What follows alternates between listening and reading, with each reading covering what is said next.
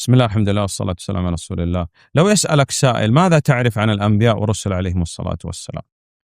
Бисмилля, вассалату вассалам ля расулилля. Егер сенен біреу, сен пайғамбарлар мен елшілер туралы не білесің деп сұраса, не деп жауап бересің? تقول أن الله سبحانه وتعالى اختار الأنبياء والرسل عليهم الصلاة والسلام وهم أفضل الخلق عليهم الصلاة Сен والسلام. оған Алла тағала пайғамбарлар мен елшілерді таңдап алды. Және олар адамзаттың, жалпы жаратылыстың ішіндегі ең жақсылары болып табылады деп баста. نعم.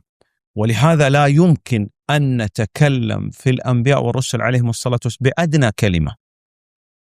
Әрі біз сондықтан да әлде бір пайғамбар, немесе әлде бір елші туралы әлде бір дұрыс емес сөз сөйлеуімізге болмайды. حتى قصص الأنبياء عليهم السلام نحن نرجع إلى القرآن والسنة لأن القرآن فيه أحسن ليس حسن أحسن القصص.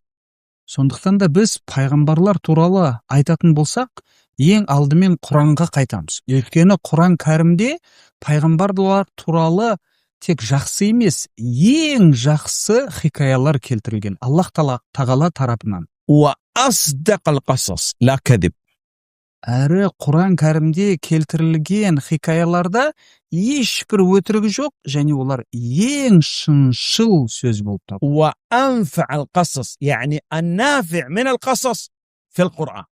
أما غير القرآن يعني لو تأتي مثلا إسرائيل في أشياء ليس فيها نفع. نعم.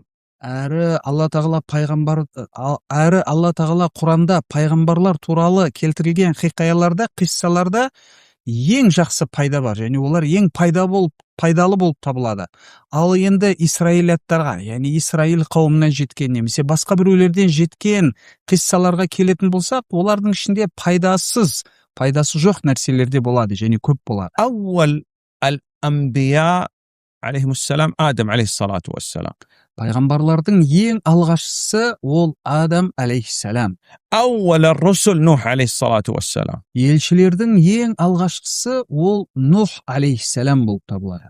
خاتم الأنبياء والرسل نبينا محمد صلى الله عليه وسلم. Ал елшілердің, пайғамбарлардың ең соңғысы бұл біздің пайғамбарымыз Мұхаммад саллаллаху алейхи уассалам болды. أفضل الأنبياء والرسل عليهم الصلاة والسلام 5 هم أولو العزم من الأنبياء والرسل عليهم الصلاة والسلام. Пайғамбарлардың ішіндегі ең жақсылары және ең ұлылары, оларды Алла тағала ұлы қайраттылық иелері деп атағандар 5 болып табылады. يعني هم أولو العزم، يعني كان الابتلاء عليهم أكثر من الابتلاء على الأنبياء والرسل عليهم الصلاة والسلام.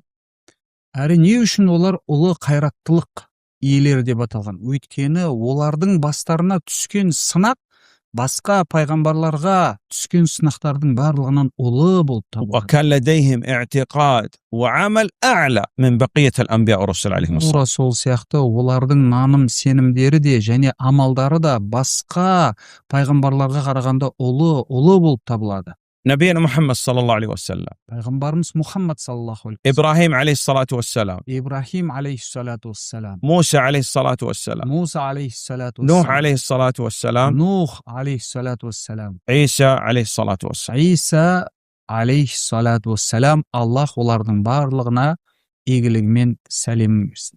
إذن الأصل أننا نرجع إلى القصص الواردة في القرآن والسنة الصحيحة. Сондықтан да біз өз негізінде пайғамбарлар туралы сөйлегенде Құран кәрімде олар туралы келтірілген қиссаларға қайтуымыз керек. نعم.